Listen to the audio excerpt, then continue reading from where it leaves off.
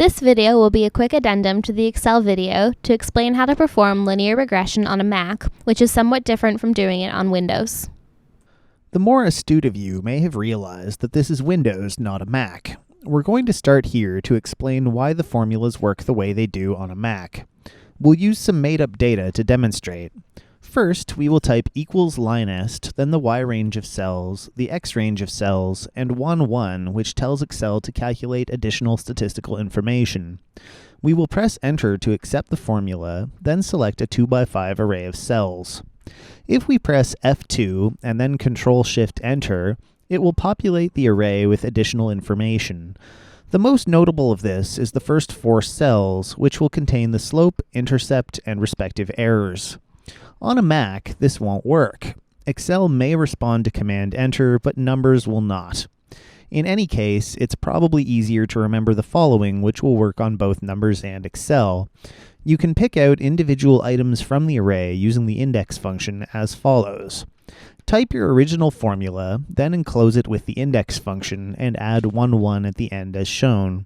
This tells Excel to return row 1 and column 1 of the array returned by linest. Similarly, you can change those indices to get different quantities. 1, 1 is the slope, 1, 2 is the intercept, 2, 1 is the error on the slope, and 2, 2 is the error on the intercept. Now we'll show this in practice on a Mac. We're using numbers, but this will work just as well in Excel.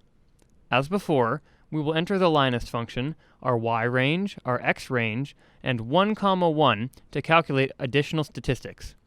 We will then enclose it in the index function and then add 1, 1. This gives us the slope. Changing the index to 1, 2 gives us the intercept. 2, 1 is the error on the slope. 2, 2 is the error on the intercept. If you're using numbers and want a convenient way to remember which cell is which, you can click Function, then Show Function Browser, then type linest. Scroll down and click Additional Statistics, and you will see a window containing the information you desire. Finally, we'll do regression the normal Windows way to compare results. If you need a refresher on how to do that, you can refer to our Excel video.